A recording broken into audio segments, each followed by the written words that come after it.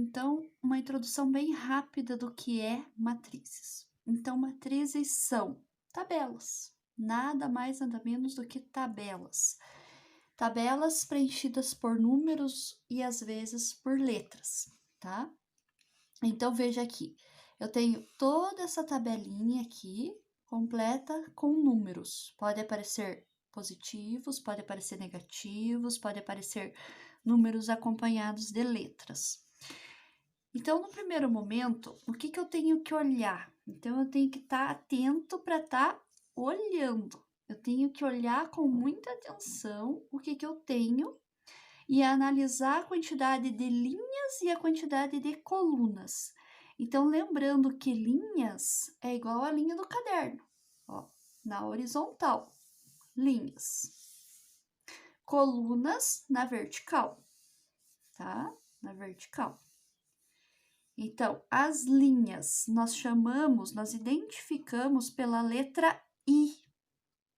Então, a gente usa a letra I para identificar as linhas. E nós vamos contar quantas quantidades de linhas nós temos nessa aqui.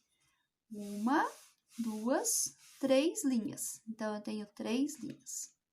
E quantas colunas? As colunas nós identificamos pela letra J. E vou contar 1, 2, 3, 4 colunas. Então, eu tenho 4 colunas.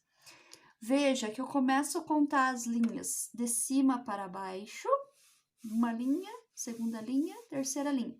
E as colunas eu começo a contar da esquerda para a direita. Primeira coluna, segunda coluna, terceira coluna, quarta coluna. Como que eu determino a ordem? A ordem é I por J, ou seja, a quantidade de linhas pela quantidade de colunas. Então, são 3 linhas por 4 colunas. 3 por 4. Então, eu tenho uma matriz 3 por 4. Quantos elementos tem essa matriz? Então, você poderia vir aqui e contar. 1, 2, 3, 4, 5, 6, 7, 8, 9, 10, 11, 12. Mas não precisa fazer isso. Usa o princípio de multiplicação, ó. 3 por 4. Então, 3 vezes 4, 12. Ela tem 12 elementos. Então, essa é a estrutura básica de qualquer matriz. Você vai contar sempre as linhas na horizontal, colunas na vertical. Linhas identificadas pela letra I, colunas identificadas pela letra J. Use a ordem alfabética. Primeiro I, depois J, certo? 3 por 4 nesse nosso exemplo. Então, ela tem 3 linhas por 4 colunas. Fazendo 3 vezes 4, eu sei que o total de elementos que compõem a matriz é 12.